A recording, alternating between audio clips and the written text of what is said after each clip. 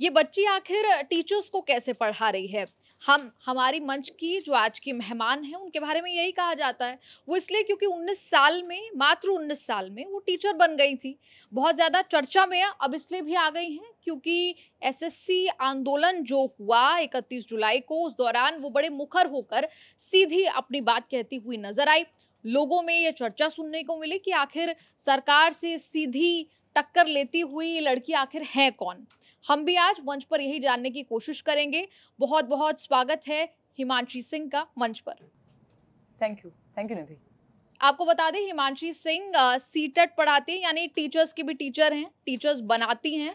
और सीटेट यानी central teachers eligibility test. बहुत बहुत स्वागत है हिमांशी आपका। शुरुआत करेंगे एसएससी आंदोलन के ही जो कुछ घटनाक्रम हुआ, क्योंकि हम भी फील्ड पर मौजूद थे और जब फील्ड पर गए तो आपको भी वहाँ पाया, देखा कि कैसे ज़्यादातर वहाँ पर मेल टीचर्स मौजूद थे। उस भीड़ में आप हमें नज़र आई बड़ी मुखर तौर पर अपनी बात एसएससी के खिलाफ रखती हुई। इतना रोष जो आपके चेहरे पर भी देखने को मिला, वो रोष का कारण क्या था? वो क्या कारण था जिस वजह से आप अपने स्टूडियो से निकलकर, अपने इंस्टीट्यूट से निकलकर दिल्ली की सड़कों पर आ गई? बिल्कुल निधि, ये तो हम सभी जानते हैं कि कारण तो हम सबको ही पता है कि एसएससी पे भी मैं बाद में आऊँ, अगर मैं कहूँ इन जनरल, अगर सारी ही सरकारी नौकरियों की हम स्थिति देखें, जो भी वन डे एग्जाम्स हैं, अगर यूपीएससी को हटा दें, एनडीए, सीडीएस इनको हटा दें, तो सारे ही सरकारी जो भी कॉम्पिटिटिव एग्जाम्स हैं सभी में दिक्कतें हैं। या तो नोटिफिकेशन नहीं निकलता है तो फिर पेपर टाइम पे नहीं होता, पेपर टाइम पे हो जाता है मान लीजिए, या बिना टाइम के भी होता है तो फिर रिजल्ट में दिक्कत आती है, कहीं पेपर आउट होता है, कहीं लीक की समस्या है, कहीं सुचारू ढंग से नहीं हुई चीज़ें, कहीं पे कुछ और समस्याएं हैं, ज्वाइनिंग नहीं आती, रिजल्ट नहीं आता। तो ये सब इतनी सारी समस्याएं कि कोई भी पेपर टाइमली होता ही नहीं है। और क्योंकि मैं टीचिंग एग्जाम्स के लिए पढ़ाती हूँ, ये चीज़ मैं पहले भी देख चुकी हूँ। कुछ महीने पहले मैं प्रयागराज गई थी, उसके कुछ महीने पहले मैं उससे पहले प्रयागराज फिर से गई थी। तो स्थिति वैसी है कि वो रोष है। 2017 में भी DSSB का एक पेपर आउट हुआ था, Delhi subordinate services selection board बोलते हैं उसको। तो टीचिंग का केंद्रीय विद्यालय का एक एग्जाम जो है वो ठीक नहीं हुआ था, तब वो दोबारा हुआ था। तो ये चीज़ें मैं बहुत, जब से मैंने पढ़ाना शुरू किया है, जब मैं तैयारी कर रही थी उसी समय से देख रही हूँ। तो ये ऐसी चीज़ें हैं जो आपको बहुत अंदर से खराब महसूस कराती हैं। और हम लोग क्योंकि टीचर्स जो हैं वो डायरेक्टली कनेक्टेड हैं स्टूडेंट्स के साथ, लर्नर्स के साथ, जो तैयारी करने वाले अभ्यर्थी हैं उनके साथ, तो वो एक आत्मीय रिश्ता है। मतलब एक वो टीचर स्टूडेंट का इमोशनल कनेक्ट होता है। वो ऐसा नहीं है कि वो नेताओं की तरह नहीं है कि हम वोट लेकर के भूल गए, है ना। ये मुझे सार्केस्टिकली बोलना पड़ रहा है क्योंकि ये सच्चाई बन गई है। उनको फर्क पड़ना चाहिए बट नहीं पड़ता है टाइम्स। तो हम ऐसा तो नहीं हम 5 साल बाद ही दिखेंगे सीधा, हमें तो हर दिन कनेक्शन हमारा है टीचर और स्टूडेंट का एक दूसरे के साथ। तो जब वो कमेंट्स आते हैं, मैं प्रयागराज एक बार नहीं जा पाई थी, कई बार गई हूँ, उस समय भी मुझे पता है कि मुझे इतना खराब महसूस हुआ, मेरी तबीयत उस टाइम पे सही नहीं थी, क्योंकि कमेंट्स में इतने सारे लोग हैं जो, क्योंकि उनके लिए आप होप हो कि आपके साथ लाखों लोग जुड़े हुए हैं, अगर आप आएंगे हमारे मुद्दा रखने तो वो बात शायद सरकार तक पहुंचेगी, सिस्टम में कुछ बदलाव आएगा। तो स्थिति ऐसी है कि आपका टीचर का जाना तो जरूरी है। हम लोग भी शांति से सो नहीं सकते अगर हम ना जाएं वहां। तो एसएससी की जब हम बात कर रहे हैं तो आपको पता ही, अभिनव सर ने ये मुद्दा पूरा शुरू किया और उन्होंने कहा कि सारे टीचर्स को आना है। एक वीडियो में उन्होंने बोला भी कि आपको भी आना है हिमांशी।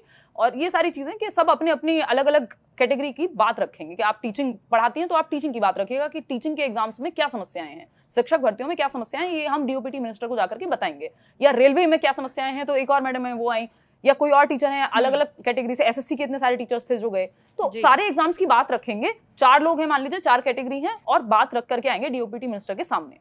उस दिन हुआ क्या कि मैं लेट हो गई, और वो मेरी एक थोड़ी सी आदत भी है तो वो सेम रहा, और इसलिए शायद मैं उस दिन बस में नहीं थी बाकी टीचर्स के साथ, नहीं तो मैं भी वहीं होती। और लेकिन क्योंकि हम लोग, मतलब मैं थोड़ा सा लेट थी, तो हम जंतर मंतर पहुंचे। अभिनव सर से मेरी बात हुई, उन्होंने कहा वहां पहुंचिए आप, यहाँ से पुलिस उठा करके ले जा रही है, और फिर मैं वहां पहुंच गई। तो बात आप भी जानते हैं और हम भी जानते हैं कि जो वो बात थी कि 4 टीचर जाकर के डीओपीटी मिनिस्टर से मिलेंगे और अपनी बात कहेंगे। वहां जो हुआ वो बहुत ही दुर्भाग्यपूर्ण है कि बात तो उनको रखने नहीं दी गई अपनी, और उनको उठा करके बसेस में डाल दिया गया, पीटा गया, लोगों को हाथ टूट गया किसी का, फीमेल टीचर के साथ गलत चीजें हुई। तो वो मतलब कि उनको दुर्व्यवहार हुआ, या बहुत सारी चीजें उसमें आपने देखी है, ये मुद्दा तो सभी को पता ही है। तो और दिन भर उनको फिर बस में घुमाया गया, और शाम को जो है उन्हें रात में छोड़ा गया 1 बजे। तो मैं तो इवन ये भी सोच रही थी कि आपको मतलब मैं अगर फ्रैंकली इस चीज पे बात करूं कि सेम डे जब मैं जंतर मंतर पे हम लोग मिले थे, I was on my periods. तो मैं 2 बार बीच में गई हूँ आंदोलन के, कई घंटे तक मैं वहां खड़ी हुई थी, बारिश थी, सारी चीजें थी, और मैं 2 बार पैड चेंज करने एक आसपास की जगह ढूंढ करके मैं वहां गई। अब ये चीज अगर मैं बस में होती जिसमें पुलिस वालों ने डाल करके टीचर्स को लेकर के गए, तो ये मैं नहीं कर पाती क्योंकि 6 घंटे तक बस घूम ही रही थी और वहां पानी तक नहीं पूछा गया उन लोगों को। फीमेल टीचर्स भी उसमें थी ही और कई लोगों को ये समस्या रही भी होगी। ये मैं बोल पा रही हूँ क्योंकि आप ये बात हम लोग कर पा रहे हैं, सभी ये बात नहीं कर पाते ओपनली उतना। तो वहां फीमेल टीचर्स भी थी, हो सकता है किसी और को भी सेम समस्या रही हो बट वो ना कह पाई हो। तो ये छोटी चीजें नहीं है। और टीचर्स कोई ऐसा नहीं है, कोई क्रिमिनल्स थोड़ी है, कोई दंगाई थोड़ी है कि वहां दंगा करने गए थे, वो अपनी बात रखने गए थे। और टीचर को हम सम्मान की दृष्टि से देखते हैं। जब वो टीचर्स जिनको लाखों करोड़ों लोग फॉलो करते हैं और उनके साथ इस तरह का व्यवहार होगा, बच्चे की होप जाती है कि ये तो हमारे रिप्रेजेंटेटिव हैं, ये तो हमारे प्रतिनिधि हैं कि जो हमारी बात पहुंचा पाएंगे सरकार तक, क्योंकि इनके साथ इतने लोग जुड़े हुए हैं तो इनकी बात सुनी जाएगी। जब उनको उस तरह से खदेड़ा गया वहां पे, तो वो बहुत ही दुखद चीज थी देखना। और ये इसमें से कई टीचर्स तो ऐसे हैं, जब मैं तैयारी करती थी, क्योंकि मैंने एसएससी की तैयारी कभी नहीं की, बट मेरे आसपास जो लोग थे वो तैयारी करते थे एसएससी की, तो राकेश यादव सर या नीतू मैम, ये लोग इतने पुराने टीचर्स हैं कि इनके बारे में हम लोग तब सुनते थे जब ये इंटरनेट नहीं था, इस तरह के यूट्यूब नहीं था। तो तब मेरे आसपास जो लोग भैया दीदी तैयारी करते थे वो बताते थे कि यार बहुत अच्छे टीचर्स हैं ये लोग, राकेश यादव सर हुए, नीतू मैम हुए, इतने बड़े इतने सीनियर टीचर्स। इनको जब इस तरह से इनके साथ दुर्व्यवहार हुआ तो बहुत खराब लगा, हम लोग को पर्सनली भी बहुत खराब लगा। तो दुखद था वो जो भी हुआ, काफी दुखद था। और अभी भी सरकार के पास या मिनिस्टर के पास उतनी फुर्सत नहीं है कि वो सुन लें। चेयरमैन साहब जो हैं अलग ही तरह की बातें कर रहे हैं कि जो है ये हुआ वो हुआ, आपको बताइए, ये सब हमने सुना, अभिनय सर मिल करके आए तो उन्होंने बताया कि क्या वहाँ ऑफिस में रही चीजें। आपके मंच के माध्यम से मैं ये 30 सेकंड लेके ये बात भी कहना चाहूंगी कि ये जो चेयरमैन वर्ड है, क्योंकि मैं जेंडर पढ़ाती हूँ टीचिंग एग्जाम्स में, तो हम लोग इस बात पे बहुत बात करते हैं। हमारा एक क्वेश्चन भी आता है कि चेयरमैन नहीं यूज होना चाहिए, चेयरपर्सन यूज होना चाहिए, जेंडर न्यूट्रल लैंग्वेज यूज होनी चाहिए। दुर्भाग्यपूर्ण बात है कि हर जगह हम यही शब्द यूज कर रहे होते हैं। इवन केंद्रीय विद्यालय ने अभी एक नोटिस जारी किया, उसमें भी वही चेयरमैन ही लिखा हुआ है। भाई उस पद की महत्व है, उस पद का महत्व है कि वो कुर्सी जो है या वो काम है, वो काम महत्वपूर्ण है, चाहे वो उसको महिला करे चाहे पुरुष करे, वहां जेंडर दिखाने की जरूरत नहीं है। तो ये सारी अथॉरिटीज को एक बार इस चीज पे ध्यान देना चाहिए कि हर जगह मैं देखती हूँ, कोई भी संस्था हो, कहीं भी हम मिलने जाते हैं किसी भी सरकारी संस्था में, चेयरपर्सन कहीं नहीं लिखा हुआ, चाहे फीमेल ही क्यों ना हो, चेयरमैन ही लिखा हुआ है। तो इस चीज को भी करेक्ट किया जाना चाहिए। आपके माध्यम से ये बात पहुंचनी चाहिए अथॉरिटी। जी, काफ़ी वाजिब सलाह है। और जब टीचर्स को इस तरह खदेड़ा गया, उन पर एफआईआर तक कर दी गई, और वो आप ही के साथी टीचर्स हैं, जैसे आपने बताया पहले आप उनका नाम सुना करते थे, आज उन्हीं के साथ बैठ के आप बातचीत भी करते होंगे, पढ़ाते होंगे। कैसा लगा जब उन्हीं टीचर्स को, जिन्हें आप आदर्श मानते होंगे, खदेड़ा गया? नीतू मैम एक महिला टीचर हैं, उन्हें खदेड़ा गया, मंदिर से निकालकर बस में डाला गया। बहुत खराब लगा, काफी खराब लगा। मतलब ये जो गुस्सा आप जो कह रहे हैं, हम जब जंतर मंतर पे मिले, आपने सवाल पूछे, वो गुस्सा उसी चीज का था कि यार एक तो ये इतने रिस्पेक्टेबल टीचर्स हैं, बहुत शांतिपूर्वक तरीके से अपनी बात रखने गए थे, उनको पकड़ करके आपने जो है बस में डाल दिया और गलत व्यवहार हुआ, धक्का मुक्की हुई, लोगों को थप्पड़ तक लगे हैं। आप देख रहे होंगे, नीतू मैडम ने बताया क्योंकि वो वहां थी बिल्कुल प्रेजेंट में, और जिस तरह का व्यवहार उनके साथ हुआ, तो ये बहुत ही दुर्भाग्यपूर्ण बात है। और मतलब कितना मेरे पास शब्द नहीं है इस चीज को, जितना मैं खराब मैंने महसूस किया। वो गुस्सा कहीं ना कहीं आपको दिखा होगा उस दिन भी जंतर मंतर पे जब मैं बात कह रही थी कि वो कोई दंगा ही नहीं थे, वो टीचर थे, अपनी बात रखने गए थे। तो और सरकार की क्या इतनी भी इच्छा नहीं है, या मंत्री की इतनी भी इच्छा नहीं है कि लोगों की बात सुन लें? जिन लोगों ने उन्हें भेजा है तो उनकी वो प्रतिनिधि हैं जिनके, वो तो उनकी बात नहीं सुनेंगे? वो सिर्फ बात रखने गए थे कि भाई ये इरेगुलरिटीज हैं एग्जाम में, क्यों आपके यहाँ भैंस बंधी हुई है सेंटर पे, क्यों वहाँ डीजे बज रहा है, क्यों बच्चों के साथ मारपीट हुई है, क्यों इन्विजिलेटर फोन पे बातें कर रहे हैं, क्यों उनका माउस काम नहीं कर रहा। आज हम डिजिटल इंडिया की बात कर रहे हैं, ऐसे थोड़ी हम कुछ भी अचीव कर पाएंगे। ये तो नाम की बातें होंगी कि आपका माउस और आपका कीबोर्ड ही काम ना करे। देखिए निधि जी, माउस का काम ना करना, मैं अगेन यही बात कहना चाहूंगी कि वो ऐसा है जैसे आपने बच्चे के हाथ से पेन छीन लिया हो, क्योंकि जब वो ऑनलाइन पेपर देने गया हुआ है तो उसके लिए वो पेन का काम करता है माउस। तो वो आपने पेन छीन लिया बच्चे के हाथ से, जब पेन ही छीन लिया वो कैसे पेपर दे पाएगा? और फिर हम दुनिया में प्रोग्रेसिव चेंजेस की हम बात करते हैं कि बेहतरी की तरफ चेंज हो, तो जब हम ऑफलाइन से ऑनलाइन गए, ओएमआर शीट से जहां पे हम गोले भरते थे, वहां से जब हम ऑनलाइन गए डिजिटल की तरफ कि हम कंप्यूटर पे पेपर देंगे, चीजें आसान हो जाएंगी, वहां बद से बदतर हो गई चीजें। तो ये कितना दुखद है। जी। अच्छा, जो एडिक्विटी को लेकर सारी चर्चा है, पहले टीसीएस इस एग्जाम को कराया करती थी, प्रिटेंडर जो है इस बार एडिक्विटी को दे दिया गया। गहराई से इस मसले की जानकारी लोगों को नहीं है, और वो भी आप बताइए। और इसके अलावा एसएससी चेयरमैन ने जो एडिक्विटी को लेकर कहा है, जब उनसे पूछा गया कि एक ब्लैक लिस्टेड फर्म को कैसे आपने एक वेंडर के तौर पर चुन लिया, तो उन्होंने कहा कि इसका एक अच्छा खासा लंबा चौड़ा प्रोसीजर होता है, प्रोसेस होता है, स्क्रीनिंग होती है। अगर वो कंपनी ब्लैक लिस्टेड होती तो उसे वेंडर बनाया ही नहीं जाता। क्या उसका मतलब ये माने कंपनी ब्लैक लिस्टेड है ही नहीं? ये तो मतलब सभी के सामने है ना ये चीज। ऐसा तो है नहीं टीचर्स अपने मन से कह रहे हैं या लोग अपने मन से कह रहे हैं कि वो ब्लैक लिस्टेड है। उसका डेटा है, साक्ष्य है कि वो ब्लैक लिस्ट हुई है, चाहे एमपी टेट का एग्जाम हो, चाहे उत्तर प्रदेश में पुलिस का एग्जाम हो, अलग अलग जगहों पे वो बिहार में वो ब्लैक लिस्टेड थी कंपनी। तो ऐसा तो नहीं है कि मैं कहूँ कि नहीं मैं तो बेस्ट हूँ तो मेरे कह देने से मैं बेस्ट हो जाऊंगी। अगर कमियां हैं और सबको दिख रही हैं तो फीडबैक लेना चाहिए। ये तो आंखों में पट्टी बांधने वाली बात है अगर इस तरह की बात कही जा रही है कि उसमें तो कोई समस्या ही नहीं है या वो तो बड़ी नई कंपनी है। तो छात्रों के भविष्य के साथ आप नई कंपनी के साथ खेलना चाहेंगे, ये तो बहुत ही खराब बात है। नई कंपनियां ये कहीं पहली बार करा रही है तो ये तो कोई बहाना है, ये तो एक तरह का। और बात जो रही कि पहले कुछ समस्याएं थी, देखिए अगेन टीचर्स ना तो किसी कंपनी के खिलाफ हैं ना वो सरकार के खिलाफ हैं, वो बच्चों के हितों की बात कर रहे हैं कि आप तो वो काम करा लीजिए जिससे बच्चे सुचारू रूप से आपका जो है पेपर दे पाएं। सरकार जो भी अवसर देती है वो अवसर दे रही है, वो कोई ऐसा नहीं है कि कोई दान में भर्तियों के रूप में नौकरियां दे रहे हो। भाई दान में नौकरियां नहीं देने की बात चल रही कि टीचर्स लड़ रहे हैं इसलिए और बच्चे लड़ रहे हैं इसलिए कि भाई दान में नौकरियां दे दो। वो कह रहे हैं नौकरियों के अवसर जो आप देते हैं उन अवसरों को ठीक से सुचारू रूप से वो व्यवस्था बना करके टाइम पे पेपर करा लो, टाइम पे नोटिफिकेशन दो, टाइम पे रिजल्ट दे दो, ठीक से सारी चीजें हो जाएं। बस इतनी सी मांग है। कुछ ऐसा हम नहीं कह रहे हैं कि हमारी मर्जी का कुछ कर दो। चाहे आप 4 वैकेंसी निकालिए, 4 वैकेंसी चाहे वो टीचिंग की हो, चाहे एसएससी की हो, चाहे रेलवे की हो, वो टाइमली निकले, हर साल निकले और वो ढंग से सुचारू रूप से वो व्यवस्था काम करे कि पेपर जिस दिन की डेट दी है उसी दिन होना चाहिए, रिजल्ट टाइम पे आना चाहिए, पेपर ठीक से होना चाहिए, वहां माउस काम करना चाहिए। नहीं तो फिर ये तो बेकार की बातें हो जाएंगी कि हम अवसर दे रहे हैं, कहाँ अवसर दे रहे हैं। लेकिन एक एकेडमिक कैलेंडर भी निकाल पाना इतना भारी काम लग रहा है। इतना भारी काम है क्या? मतलब इतनी बड़ी बड़ी संस्थाएं हैं, बोर्ड्स हैं, बनाए गए हैं सरकार द्वारा। निधि इसमें ना आपने एक वो चीज सुनी होगी, अभी एस्ट्रोनॉमर के सीईओ का वो बड़ा वायरल हुआ था कि वो कोल्ड प्ले के कॉन्सर्ट में गए थे और he was cheating on his wife and all. तो वो किस्सा आपने सुना होगा। उसके बाद एक मीम वायरल हुआ, हमारे भी दोस्तों के ग्रुप में ये वो सब शेयर होती हैं चीजें इस तरह की। तो एक चीज वायरल हुई कि एक व्यक्ति है जो सीईओ है, बड़ी कंपनी भी चला ले रहा है, 3 बच्चे भी पाल ले रहा है और जो है वाइफ के साथ चीटिंग करने की भी फुर्सत है और वो कोल्ड प्ले के कॉन्सर्ट में जाने की भी फुर्सत है उनको। तो जब प्रायोरिटीज होती है ना, सारी चीजें हो जाती हैं। और आप हैं एक व्यक्ति, ये मीम है, आप इंटरनेट पे सर्च करेंगे तो मिल जाएगा कि एक व्यक्ति है जो लोग कहते हैं कि हमारे पास समय नहीं है, तो एक व्यक्ति एक बड़ी कंपनी का सीईओ भी है, 3 बच्चे भी हैं उनके, वाइफ भी है, परिवार भी है, फिर वो कोल्ड प्ले के कॉन्सर्ट में भी जा पा रहे हैं और वहां एंजॉय भी कर रहे हैं और चीटिंग का भी टाइम निकाल ले रहे हैं, और आप कहते हैं आपके पास जिम जाने का समय नहीं है ना। तो ये वैसी सी बात हो गई कि प्रायोरिटी अगर होती है तो सारे काम हो जाते हैं। देश में चुनाव तो होते हैं टाइम पे, चुनाव जब होते हैं एग्जाम्स तक डिले कर दिए जाते हैं। मैं अभी आपको बताऊंगी सारा शिक्षक भर्तियों में कितनी सारी चीजें जो चुनाव की वजह से आगे पीछे होती हैं, और ठीक है वो लोकतंत्र का बड़ा काम है, लेकिन जब चुनाव 150 करोड़ में सही तरीके से हो सकते हैं तो परीक्षाएं भी तो सही तरीके से हो ही सकती हैं। इसमें तो कुछ ही लाख लोग बैठते हैं परीक्षाओं में। तो ये तो कहना कि ये हो नहीं सकता या ये इतना मुश्किल काम है कैलेंडर निकालना, ये एकदम खराब बात है। मैं तो इसका खंडन करती हूँ, मुझे तो ये बात बिल्कुल जेन्युइन नहीं लगती। दूसरी बात, प्रायोरिटी का खेल है सारा कुछ प्राथमिकता का गेम है। मेरे पास अभी हम बात कर रहे थे थोड़ी देर पहले, तो मेरे व्हाट्सएप में मान लीजिए 1200 मैसेज पेंडिंग हैं या बहुत सारे कॉल्स हैं जो मैं नहीं उठा पाती हूँ, लेकिन मुझे पता है कि वो कौन से 4 लोग हैं जिनका फोन रात के 12 बजे भी बजेगा तो मुझे वो उठाना है, चाहे वो मेरी मदर हो, मेरा भाई हो, मेरे कुछ दोस्त हो। और उनको भी पता है, 4 लोग मेरे पास भी होंगे जिनको मुझे पता है कि रात को 3 बजे भी कॉल करूंगी तो ये उठा लेंगे।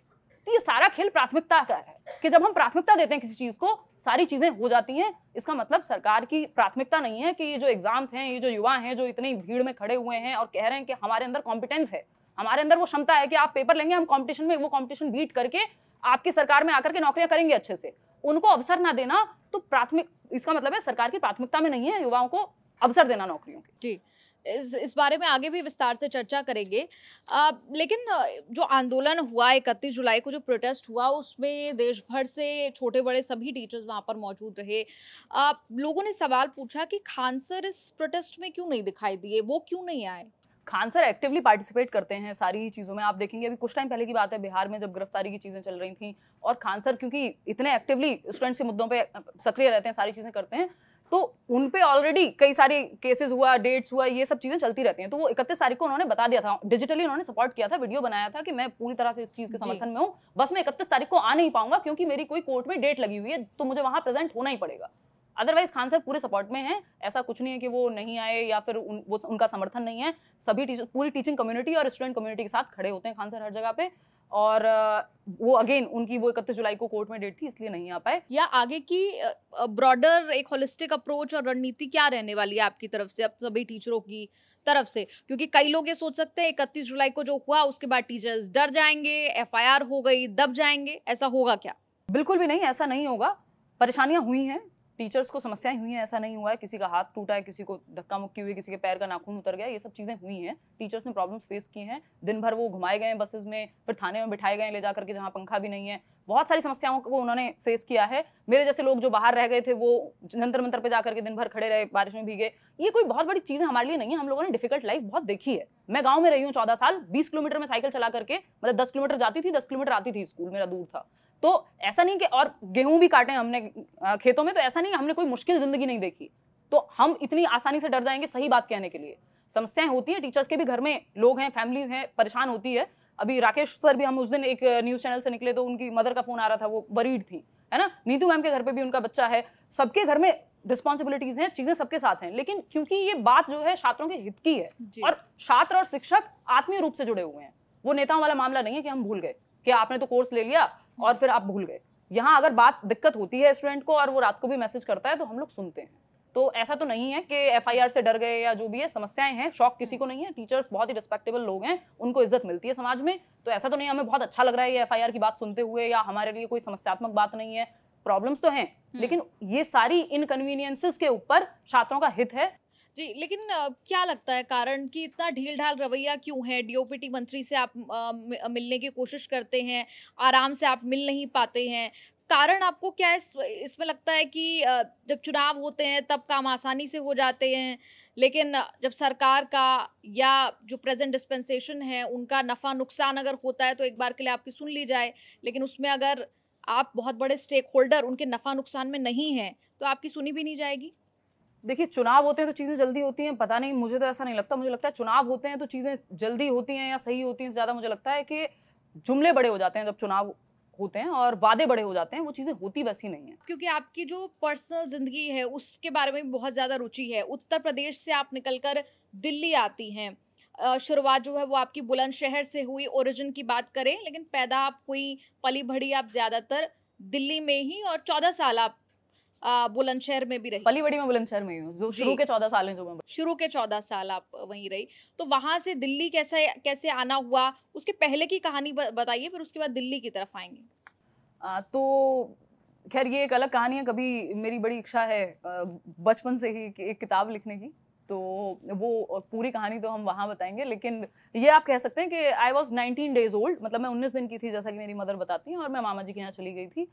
और फिर 14 साल तक, 10वीं तक मेरी पढ़ाई वहीं हुई। फिर मैं इधर आई, और जो मेरा मतलब मेरी पर्सनैलिटी का, हम कहते हैं, मैं एजुकेशनल साइकोलॉजी पढ़ाती हूँ, और सिगमंड फ्रॉइड एक साइकोलॉजिस्ट हैं, या बहुत सारे थियरिस्ट हैं जो ये कहते हैं कि जो अर्ली लाइफ एक्सपीरियंसेस होते हैं आपके, यानी आपके जीवन के जो शुरुआती साल हैं, उनमें नींव आपकी बन जाती है।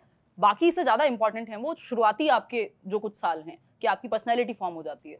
तो मुझे लगता है मेरे व्यक्तित्व में, मेरे विचारों में बहुत सारी चीज़ें गाँव की ही हैं अभी भी, और वो पूरी जो पर्सनैलिटी की नींव है वो वहीं से रखी गई है। और आज भी इसलिए मुझे ये चीज़ें और ज़्यादा चुभती हैं, क्योंकि मुझे पता है कि गाँव में ये कल्चर है कि कोई आर्मी की भर्ती के लिए, कोई उत्तर प्रदेश पुलिस की भर्ती के लिए, कोई टीचिंग की भर्ती के लिए लोग तैयारी करते हैं। वो उनके पूरे घर की, पूरे खानदान की होप होती है कि एक नौकरी मिलेगी। सुबह सुबह 4 बजे निकल जाते हैं दौड़ लगाने, है ना, पेपर की तैयारी कर रहे हैं। तो वो कितना मुश्किल है वहाँ जीवन। मुश्किल मैं आज कह पा रही हूँ क्योंकि बहुत कंफर्ट देख लिया है, शायद बहुत सारी चीज़ें देख ली हैं।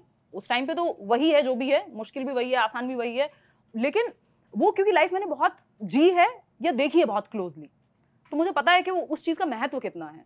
तो सारा कुछ वहीं से है। मुझे तो लगता है कि काफ़ी चीज़ें हैं, या ज़्यादातर मेरी पर्सनालिटी की जो भी चीज़ें हैं, जो भी अच्छी चीज़ें हैं, जो मुझे लगता है कि ऑनेस्टी हो, साधारण होना हो, या फिर बहुत सारी चीज़ें ऐसी जो मैं शायद शब्दों में बयान ना कर पाऊँ, बट गाँव मेरे लिए बहुत प्रिय है। और मेरे जो दोस्त यहाँ दिल्ली के भी दोस्त हैं, या बाद में मिले जो लोग अलग अलग फील्ड से हैं, उनको सबको पता है कि मतलब मुझे गाँव बहुत प्यारा है। मैं अगेन ये बात कहती हूँ, मैं इंस्टाग्राम पे भी कुछ दिन पहले ये कह रही थी कि हम छोटे शहरों से निकले हुए लोग, या हम गाँव से निकले हुए लोग बड़े शहर में भी छोटे शहर को ही ढूंढते हैं, कि हम सबसे ज़्यादा कंफर्टेबल वहीं महसूस करते हैं जो लोगों ने वो दुनिया देखी है, जो लोग छोटे शहर से आए हैं। जब मैं देखती हूँ कोई यूपी से, हमारा कोई फ्रेंड है, कोई अभी कोई कहीं से, जिसका कोई भी आधार गांव या यूपी या कोई छोटा शहर रहा है, वो जो कनेक्शन है वो एकदम अलग है। जब हम बड़े शहर के लोगों से मिलते हैं, जो लोग यहाँ पले बड़े हैं, उनका वो कनेक्शन एकदम डिफरेंट होगा। इस पे मैं थोड़ा सा, मुझे आदत है देखो बोलने की, तो मैं आपको एक और किस्सा सुना देती हूँ। कल रात ही हम एक मूवी देख करके आए, मैं और हमारी टीम के 2-3 लोग थे।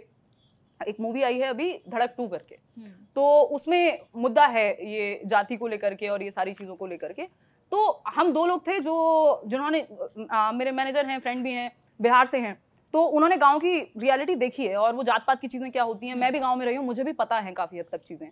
तो हम दोनों ने वो चीज़ अलग तरह से देखी। जो हमारे 2 मेंबर्स थे, मेरा एक फ्रेंड है दिल्ली से, एक और फ्रेंड है हमारी वो दिल्ली से हैं, जो लोग यहाँ पले बड़े थे, उनके लिए वो ऐसा था कि यार ये कोई रियल बात थोड़ी है कि लोगों के साथ जाति के आधार पे ऐसी चीजें होती हैं। अरे वो मजाक कहीं कहीं कर रहे थे और मैं बहुत इरिटेट हो रही थी इस बात से उस दौरान कि यार मतलब आप, इसका मतलब देश का आपको पता ही नहीं है, आपने देखा ही नहीं है कि जो जमीनी रियलिटी है किस तरह। तो मेरे ये जो दोनों दोस्त जो दिल्ली से थे, ये लोग बोल रहे थे यार ये रियल में थोड़ी ऐसा होता है, हमें तो पता ही नहीं है कि कौन सी कास्ट है वो। तो वो प्रिविलेज है उनके पास, बहुत अच्छी बात है कि उनके घरों में ये चीज उन्होंने नहीं देखी, आसपास नहीं देखी कि जाति के आधार पे किसी का नाम बुलाया जा रहा हो, उनको बर्तन अलग कर दिए जा रहे हो या उनको थोड़ा हीन दृष्टि से देखा जा रहा हो। ये प्रिविलेज है एक तरह के कि उन्होंने नहीं देखा। बट क्योंकि हम लोगों ने देखा है, या मैंने तो देखा है आसपास के, ऐसा नहीं है कि मेरे घर में ये चीजें हो रही थी, बट आसपास मैंने देखी है ये सब चीजें, तो वो एकदम अलग तरह का कनेक्शन है। जिस तरह से हम जिस लेंस से दुनिया देखते हैं, जो लोग गांव से आए हैं, छोटे शहरों से आए हैं, वो लेंस काफी अलग है जो बड़े शहरों के लोगों से। और इसका मतलब ये बिल्कुल भी नहीं है कि बड़े शहर में जो लोग रह रहे हैं उनको कुछ पता ही नहीं है या वो बिल्कुल सेंसिटिव नहीं है। बहुत सेंसिटिव लोग हैं, बहुत सारी चीजें जो मुझे लगता है एक इंसान को क्यों पता हो कि ये सरनेम किसी का है, ये किस जाति से आता होगा, नहीं पता, बहुत अच्छी बात है। तो बहुत सारी चीजें अच्छी भी हैं शहरों में। आधा जो मेरे जीवन का हिस्सा है, अगर मैं दिल्ली नहीं आती तो हो सकता है बहुत सारी चीजें शायद उस तरह से नहीं सीख पाती। तो दोनों ही बहुत महत्वपूर्ण है। मेरा दिल्ली में होना 14 साल और 14 साल गांव में होना, दोनों बहुत महत्वपूर्ण। 10वीं तक की पढ़ाई आपकी वहीं की रही, बुलंदशहर उत्तर प्रदेश की रही। आप स्कूली शिक्षा के बारे में कुछ बताइए, कैसे अनुभव वहां पर रहे? क्योंकि मैंने कहीं आपको कहते हुए भी सुना कि अंग्रेजी में थोड़ा मामला टाइट था। तो क्योंकि हिंदी मीडियम में पढ़ाई हुई वहाँ 10वीं तक, और हिंदी में मेरे मामा जी गवर्नमेंट टीचर हैं, अभी भी हैं, अभी रिटायर नहीं हुए हैं।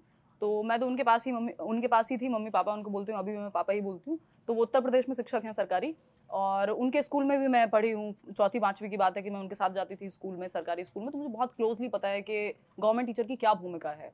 मतलब वो बच्चा जिसको सबसे ज़्यादा एजुकेशन की जरूरत है वो सरकारी स्कूल में आता है, क्योंकि उसके माँ बाप शायद वो प्राइवेट अफोर्ड नहीं कर सकते।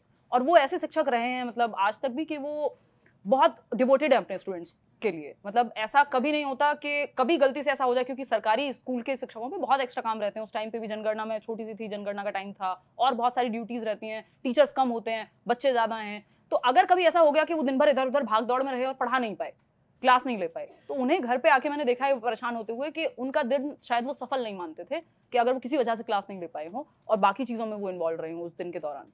तो मैं तो उस तरह से बड़ी हुई हूँ, और गांव के लोग उनके पास आते थे सलाह लेने के लिए कि मास्टर जी ये कर लें, अपने बच्चे को ये पढ़ा दें, ये कर दें। तो मुझे तो टीचिंग से बचपन से प्यार रहा है। मेरे पेरेंट्स भी यहाँ दिल्ली में भी दोनों टीचर्स हैं, मेरी सिस्टर टीचर है, मेरे घर में सब गवर्नमेंट टीचर्स ही हैं। तो टीचिंग को तो मैंने बहुत क्लोजली देखा है। बात रही हिंदी मीडियम और इंग्लिश मीडियम की, तो हाँ, मेरी सारी पढ़ाई उस दौरान हिंदी मीडियम में ही हुई। इस वजह से मेरी जो हिंदी है वो थोड़ी ठीक ही है। और फिर दिल्ली आकर के इंग्लिश मीडियम की स्थिति, मतलब इंग्लिश मीडियम में मैंने पढ़ाई की। मेरी सिस्टर ने कहा, वो कॉन्वेंट में पढ़ रही थी यहाँ पहले से, कि इंग्लिश में ही पढ़ो तुम, हो जाएगा, मतलब थोड़ी दिक्कत होगी बट हो जाएगा। तो फिर मैंने यहाँ 10वीं में जो है इंग्लिश मीडियम में पढ़ाई शुरू की, सीबीएसई में। उससे पहले मैं यूपी बोर्ड में थी। थोड़ी समस्याएं आई, साइंस समझने में बहुत दिक्कत होती थी, मैथ्स में तो ऐसी कोई दिक्कत थी नहीं, तो साइंस में बहुत दिक्कत होती थी, एसएसटी में दिक्कत होती थी, क्योंकि वो लैंग्वेज पूरी चेंज हो गई थी। तो ऐसा नहीं कि यूपी बोर्ड के लोगों की इंग्लिश खराब उस तरह से नहीं कहेंगे, क्योंकि हमारे ग्रामेटिकल जो ग्रामर है हमारी वो तो अच्छी थी, वो कैब अच्छी थी, सारी चीज़ें ठीक है, मतलब अच्छी एज इन दयनीय स्थिति नहीं थी। लेकिन जो दिल्ली या सीबीएसई के स्कूल हैं उनकी वो पूरी जो, जिसको हम कहते हैं लैंग्वेज अक्रॉस करिकुलम, मैं पढ़ाती भी हूँ, LAC बोलते हैं, तो ये लैंग्वेज अक्रॉस करिकुलम यहाँ इंग्लिश थी, वहाँ हिंदी थी। तो बस इतना ही है, थोड़ी समस्याएं तो होती ही, देखो जब आप मीडियम चेंज करते हैं। लेकिन जो बट मजे की बात ये है, मैं आपको बीच में टोकूंगी, कई लोगों को आज ये लगता है कि मैडम तो सीबीएसई वालों को पढ़ाती है, ऐसा कई बार लगता है, जबकि मैं बहुत बाइलिंगुअल लेके चलने की कोशिश करती हूँ। लेकिन क्योंकि जो मेरा सब्जेक्ट है पेडागोजी या एजुकेशनल साइकोलॉजी, वो मेजरली इंग्लिश में थियरीज बनी है, तो वो कई सारे टर्म्स हैं जो इंग्लिश में यूज हो तो अच्छा है। तो कई बार मैं हंसती हूँ इस बात पे कि मैडम थोड़ा हिंदी में पढ़ा लो, हिंदी मीडियम वालों की भी चिंता कर लो। तो मैं सोचती हूँ कि यार मैं तो खुद 14 साल तक हिंदी मीडियम से ही पढ़ी हूँ, तो ऐसा नहीं है कि बहुत मुश्किल चीज़ है कि अगर हम कोशिश करें तो बेसिक टर्म्स, या क्योंकि उतनी इंग्लिश तो हमें चाहिए भी। अगर आप पेपर में भी जाकर के इंटरव्यू भी देने जाते हैं केंद्रीय विद्यालय का, या पेपर भी देते हैं, तो दोनों मीडियम में हम एटलीस्ट पढ़ पाएँ, समझ पाएँ, लिख पाएँ, इतना तो हमें चाहिए। लेकिन ये 19 साल में आप टीचर कहाँ से बन गई? हाँ, थोड़ा सरप्राइजिंग तो है। तो जैसा कि मैंने आपको बताया कि मेरी फैमिली में सब टीचर्स हैं, मेरे फादर टीचर थे, और मेरी मदर अभी भी टीचर है, नेक्स्ट ईयर उनका रिटायरमेंट है। तो घर में क्योंकि टीचर्स का माहौल है, तो उनको ये था कि यार ठीक है 12th हो गया है अब आपका, एक काम करो, मैं ग्रेजुएशन में एडमिशन ले लिया था DU में और मैं पढ़ाई कर रही थी कि आगे देखेंगे। तो उनको ये था कि नहीं, एक काम करो, 2 साल का ये डिप्लोमा होता है, DLED बोलते हैं दिल्ली में उसको, डाइट बोलते हैं कई जगह पे, JBT बोलते हैं। तो वो उसमें एडमिशन कराया गया कि पहले ये कर लो फिर ग्रेजुएशन करते रहना और जल्दी ही नौकरी भी लग जाएगी, और टीचिंग का हमारे यहाँ रुझान है ही, तो ठीक है, मैंने भी सोचा ठीक है भाई करते हैं। तो ये 2 साल का डिप्लोमा मैंने किया DLED। अब उसी के फर्स्ट ईयर में फिर CTET, जिसके लिए मैं आज पढ़ाती हूँ, तो CTET का एग्जाम दिया ऐसे फर्स्ट ईयर में। उस टाइम तो ये होता था कि फर्स्ट ईयर में तो मान्य नहीं है, बट फिर भी हम लोग शौक में दे देते थे, हालांकि ऐसा है नहीं, तब भी कुछ नहीं था, फर्स्ट ईयर में भी एलिजिबल होते हैं लोग, जो देख रहे हैं मैं उनको बता दूं। तो वो पेपर दिया तो CTET हो गया, वो क्वालिफाइंग एग्जाम है।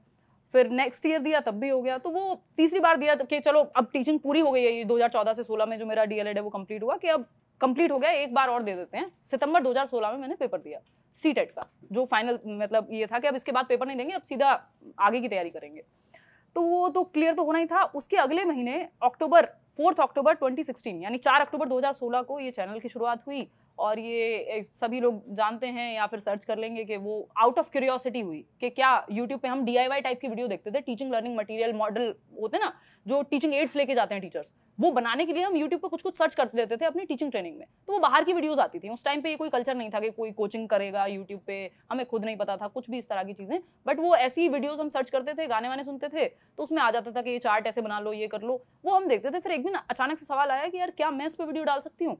और ये 2016 की बात है, जब ना तो कोई कल्चर था इस चीज़ का ना कुछ। तो फिर मैंने ये बात भी सर्च की कि हाँ डाल सकती हूँ।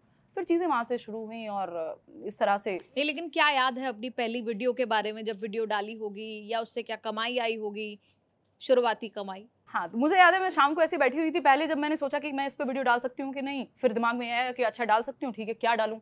तो डांस मुझे आता नहीं है, कोई और चीज़ इस तरह की, मतलब बहुत कोई सुपर क्रिएटिव तो नहीं हूँ मैं उन चीज़ों में। तो कुछ मतलब दिमाग में यही आया, जब भी मैंने सोचा कि क्या डाल सकती हूँ, तो सीधा दिमाग में यही आया कि यार अभी सितंबर में पेपर दिया था CTET का, और हमारे सीनियर्स परेशान रहते थे सेकंड ईयर में, जब हम फर्स्ट ईयर में थे, कि यार CTET कैसे होगा। पासिंग परसेंटेज बहुत कम थी, 5% के करीब पासिंग परसेंटेज थी, तो वो लोग परेशान रहते थे। और जब हमने दिया तो वो हो गया, तो हमें लगा यार ये तो आसानी था। तो फिर उसके बाद मुझे लगा कि ये मैं बता सकती हूँ कि ये 3 चीज़ें हैं कि भाई NCERT पढ़ लो, ये कर लो, जो भी 2-3 चीज़ें उस टाइम पे थी, कि अपनी टीचिंग ट्रेनिंग की किताबें पढ़ लो और प्रीवियस ईयर पेपर सॉल्व कर लो। ये 3 बातें थी। वो मैंने एक 2.5 मिनट का या 1.5 मिनट का वीडियो रहा होगा, फ्रंट कैमरा से मैंने वो वीडियो बनाया अटक अटक के, और उसमें ज़्यादातर मैं अंग्रेजी बोल रही थी। ये विडम्बना ही है या ये पैराडॉक्स है एक तरह का कि मैं इंग्लिश में वो वीडियो बना रही थी मेजरली। तो वो अटक अटक के मैंने वो वीडियो बना दिया कि ये 3 चीज़ें आप कर लीजिए। तो शाम के 10:30 बजे का समय था और मैंने वो रिकॉर्ड करके डाल दिया। नहीं, लेकिन ये एक मानसिकता है कि अंग्रेजी में बोलेंगे तो इम्प्रेशन ज्यादा बेहतर आएगा। शायद सबकॉन्शियसली ये रहा होगा, मतलब या फिर कई बार होता है कि आप फॉर्मल होते हो तो सबकॉन्शियसली इंग्लिश निकल जाती है, जब आप कंफर्टेबल होते हो तो आप अपनी मातृभाषा में बात करते हो जो कि हिंदी है। तो शायद मैं फॉर्मल थी कैमरा के सामने तो इसलिए भी निकल गया। ऐसा कॉन्शियसली तो नहीं किया था ये, क्योंकि ये मेरे जीवन में कहीं से भी नहीं है कि मुझे कुछ दिखना है इसके लिए मैं कुछ करूं कि लोग मुझे सीरियस लें या फिर लोग ये समझें कि मैं बहुत ये हूं, तो इसलिए मैं एक इमेज प्रोजेक्ट करूं। तो ये मेरी पर्सनैलिटी में नहीं है, मुझे फर्क पड़ता नहीं है, जिसको जो सोचना है वो सोचता रहे, मुझे जैसे जीना है मैं वैसे ही जीऊंगी। लेकिन कितनी कमाई हुई, पहली शुरुआती YouTube इनकम कितनी मिली आपको? कुछ नहीं मिला, और मुझे पता भी नहीं था कि मोनेटाइज कर सकते हैं। मजे की बात ये है, मैं जब पहली वीडियो डालने के बाद 1-2 दिन बाद मुझे पता लगा, क्योंकि फिर आप सर्च करते हैं चीजें कैसे चलती हैं, यूट्यूब कैसे चलता है ये सब, तब मुझे बाद में पता लगा कि मोनेटाइजेशन जैसी कोई चीज होती है जिसको ऑन करते हैं तो पैसे आ जाते हैं। तो फिर वो मोनेटाइजेशन ऑन किया खैर 1-2 दिन बाद, और फिर तो लंबी जर्नी है। 2 साल आई थिंक लग गए थे मुझे कि पहली इनकम जब आई, $6,000 समथिंग था, वो $100 पे पहली इनकम आती है। तो मैं वीडियोस डाल रही थी, ये इतना मतलब आउट ऑफ क्यूरियोसिटी था, पैशन से था कि वो इनकम इतने टाइम बाद आई। तब भी मैं वीडियो बनाना सीख रही थी, एडिटिंग सीख रही थी, PPT बनाना सीख रही थी, वीडियोस डाल रही थी, पढ़ रही थी चीज़ें, क्योंकि जब आप पढ़ते हैं तो अलग बात होती है, पढ़ाने के लिए पढ़ते हैं तो अलग चीज़ होती है। तो 1.5-2 साल के बाद पहली इनकम आई। अच्छा, और 19 साल में आप टीचर बन गई, 21 की आपकी उम्र थी, तब आपने किताब भी लिख दी। हाँ, 2019 की ये बात है। और वो फिर टीचिंग एग्जाम को लेकर के, मतलब CTET को लेकर के लोगों ने बहुत पसंद किया। मतलब कई बार मैं आज भी ये सरप्राइज होती हूँ, मेरी एक दोस्त है, मैं उनको कुछ दिन पहले भी यही बोल रही थी कि मुझे बड़ा सरप्राइजिंग लगता है कि मेरे जो लर्नर्स हैं, जो टीचिंग के एस्पिरेंट्स हैं, वो एज में ऑलरेडी बहुत मैच्योर थे। कोई आपका ग्रेजुएशन करके BA B.Ed करके बैठा है, कोई MA B.Ed या MSc B.Ed करके बैठा हुआ है, तो क्वालिफाइड मेरे से ज्यादा थे, एज में मेरे से बहुत ज्यादा थे जी। और फिर भी उन लोगों ने इतने खुले दिल से मुझे एक्सेप्ट किया, और लोग मिलते हैं और पैर छूते हैं, तो मुझे मतलब आज भी मैं थोड़ा सा अनकंफर्टेबल होती हूँ कि यार हम लोग तो, और चैनल का नाम भी मैंने लेट्स लर्न इसीलिए रखा था कि यार हम सब सीख रहे हैं यहाँ, तो मैं तो एक लर्नर हूँ, इसी पहचान के साथ मैं चलती हूँ। और लोगों ने इतना तहे दिल से पसंद किया, इतना उनको हेल्प हुई। फीमेल जो घर में बैठी थी, जिनको फोन सबसे बाद में मिलता है, उन्होंने जब तैयारी की और पेपर निकला, तो ये अपने आप में सरप्राइजिंग था उनके घर वालों के लिए भी कि यार ये तो घर का सारा काम कर रही है और पेपर निकाल दिया, तो चलो अब आगे की तैयारी भी करा देते हैं अगर सीटेट निकाल दिया है तो ये मेरे लिए बहुत सरप्राइजिंग रही है जर्नी कि मेरी जो लर्नर्स है यूट्यूब पे तो ऑडियंस के रूप में दिखाता है वो, तो उन लोगों की एज 25 से 34 और मैं उस टाइम पे 19 साल की थी, 60% जो लर्नर्स हैं वो फीमेल ऑडियंस है। तो ये सब चीज़ें बहुत सरप्राइजिंग रही कि क्योंकि उनको अभी भी, मेरा भाई है तो वो ट्यूशन पढ़ाने उसको एक टीचर आते थे मैथ्स के, तो MSc B.Ed थे, अभी तो चंडीगढ़ में उनकी जॉब हो गई है। तो मैं घर पहुंची क्योंकि मैं थोड़ा सा काम वाम में व्यस्त रहती हूँ, तो उस दिन मैं घर गई और वो बहुत टाइम बाद मिले, वो बहुत टाइम से पढ़ा रहे थे, तो उन्होंने जाते ही पैर छुए और मैं थोड़ा सा अगेन होती हूँ अनकंफर्टेबल हर बार। फिर उन्होंने बताया कि मैंने MSc B.Ed किया है और ऐसे ऐसे मैं तैयारी कर रहा था, और मैं क्योंकि मैथ्स तो उन्होंने MSc किया है तो मैथ्स में वो अच्छे थे, पेडागोजी में उनको बहुत समस्या हो रही थी, तो वो पेडागोजी सीटेट में या आगे एग्जाम में उनको मदद कर पाई मेरी जो पेडागोजी जो मैं पढ़ा रही थी, मतलब एक प्रॉब्लम थी जो मैं सॉल्व कर पाई उनके जीवन में। तो मेरे लिए भी सरप्राइजिंग है, आज तक मैं बहुत ग्रेटफुल हूँ इस चीज़ को लेकर के कि चीज़ें इस तरह से गई। मेरा इंटेंट था कि शेयर करूँ जो मैं सीख रही हूँ, और वो सफल हो पाया उस तरह से। जी। कई और सवाल आपसे पूछ रहे हैं, लेकिन उससे पहले मेरे कुछ साथी हैं जो आपसे सवाल पूछेंगे। जी। हिमांशी मैम, जब हमारी ये बातचीत हो रही है तो बिहार सरकार ने अब डोमिसाइल लागू कर दिया है शिक्षक भर्ती परीक्षा में, आप क्या सोचती हैं इस पर? बिहार सरकार में, हाँ, शिक्षक भर्तियों में तो हमने बात ही नहीं किया। क्या नाम है आपका? ऋचा। ऋचा। तो ऋचा, आप कह रहे हैं डोमिसाइल लागू कर दिया है। देखिए, ये इस पे मेरी अपनी ऐसी कोई राय नहीं है कि मैं ये कहूँ कि बिल्कुल ये उनको ऐसे ही करना चाहिए। सिंपल, हालांकि पहले उन्होंने नहीं किया था और ज़्यादातर राज्यों में यही है कि आप देश भर से अप्लाई कर सकते हैं, तो ऐसा नहीं है कि अप्लाई नहीं कर सकते, अप्लाई तो आप अभी भी देश भर से कर ही सकते हैं, बस जो कैटेगरी का बेनिफिट है वो वहाँ के लोगों को मिलेगा, इतनी सी बात है।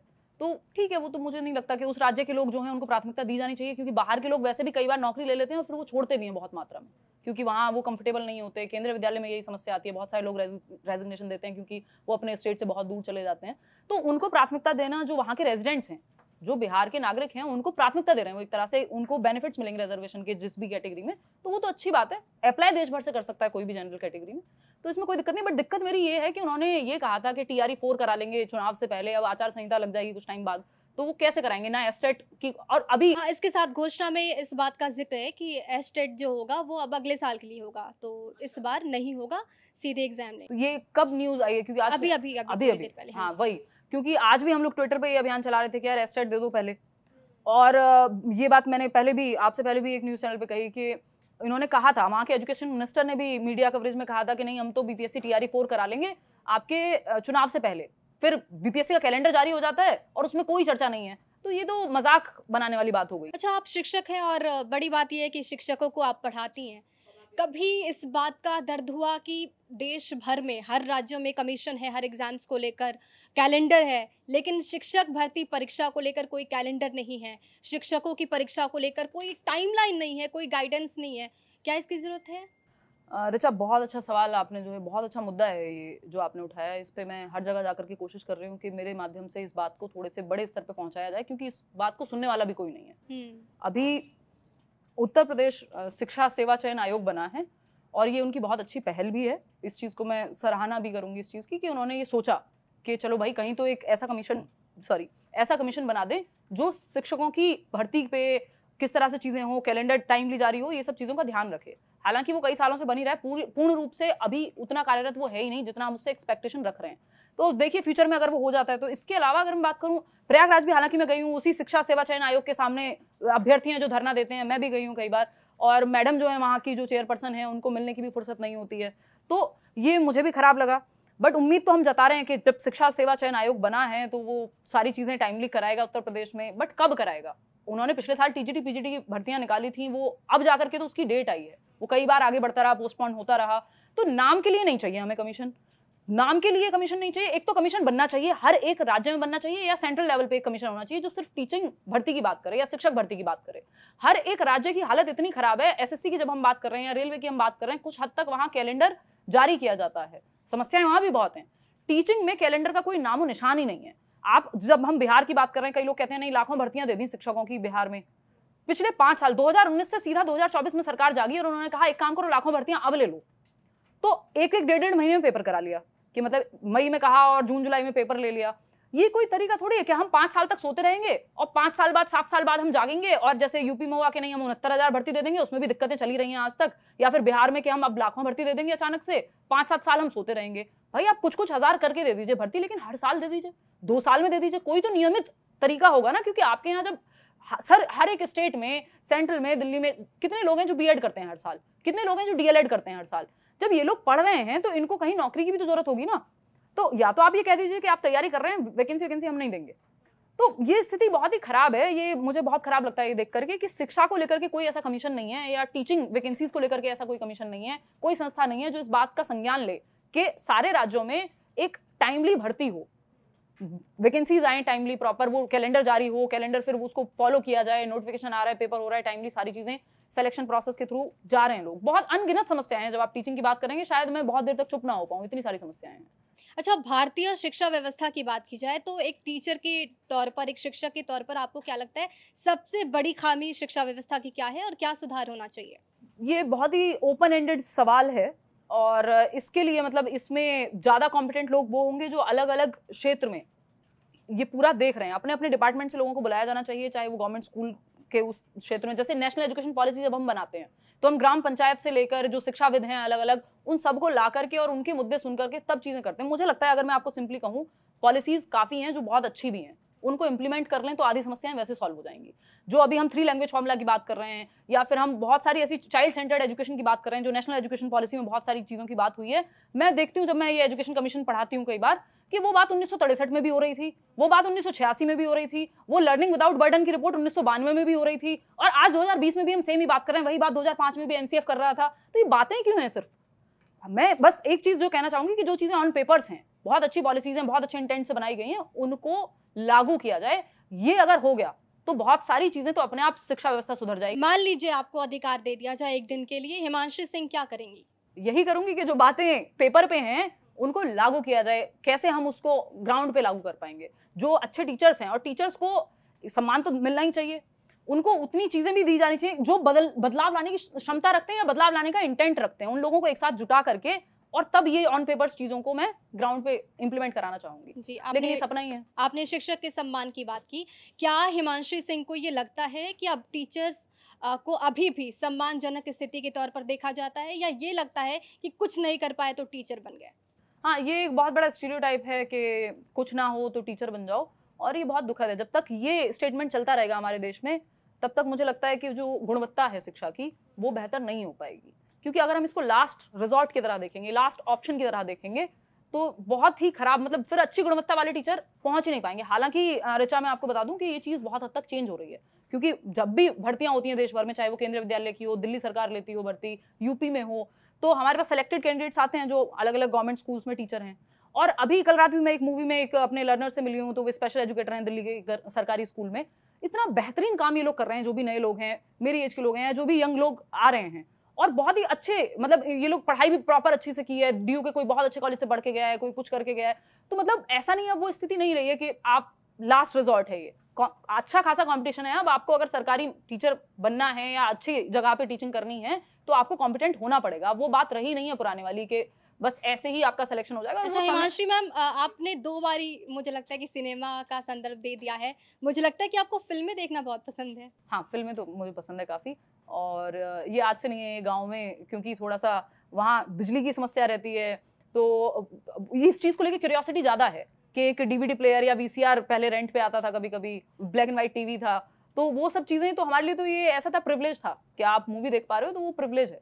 तो वो आज भी है ही कि मैं बेकार से बेकार कहना तो खैर गलत होगा, बट बोरिंग से बोरिंग मूवी भी मैं देख लेती हूँ, देख सकती हूँ। मतलब सैयारा देख लिया आपने? सैयारा मैंने देख ली।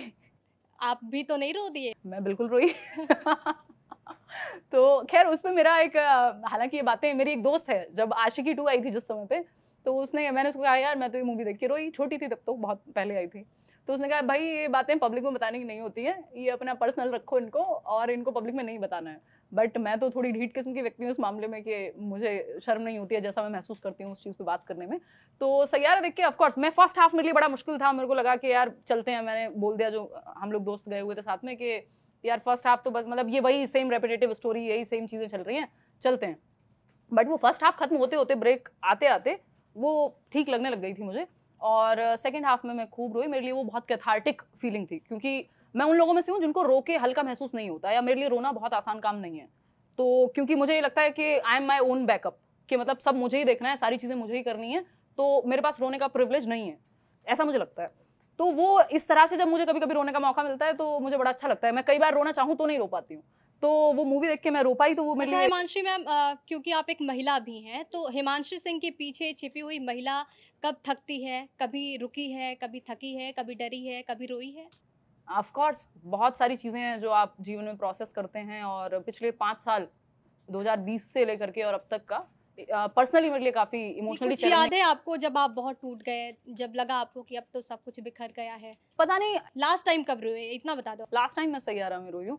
बाकी मैं फिर भी एक बार ये लर्नर्स के लिए बोल रही हूँ, क्योंकि मेरा रोना एक अलग बात है। मैं ये एक मैसेज है जो आपके थ्रू देना चाहूँगी कि जब हम मूवीज़ देखते हैं तो वो सैयारा में सारा रोना धोना प्यार मोहब्बत सब आपने देख लिया, लेकिन एक पॉजिटिव साइड होती है। मेरे फादर कहा करते थे कि हर चीज़ से कुछ अच्छा सीख लो, तो उससे जो एक चीज़ आपको देखनी चाहिए कि कुछ भी हो रहा था, दुनिया खत्म हो रही थी अगले इंसान की, बट वो काम कर रहा था।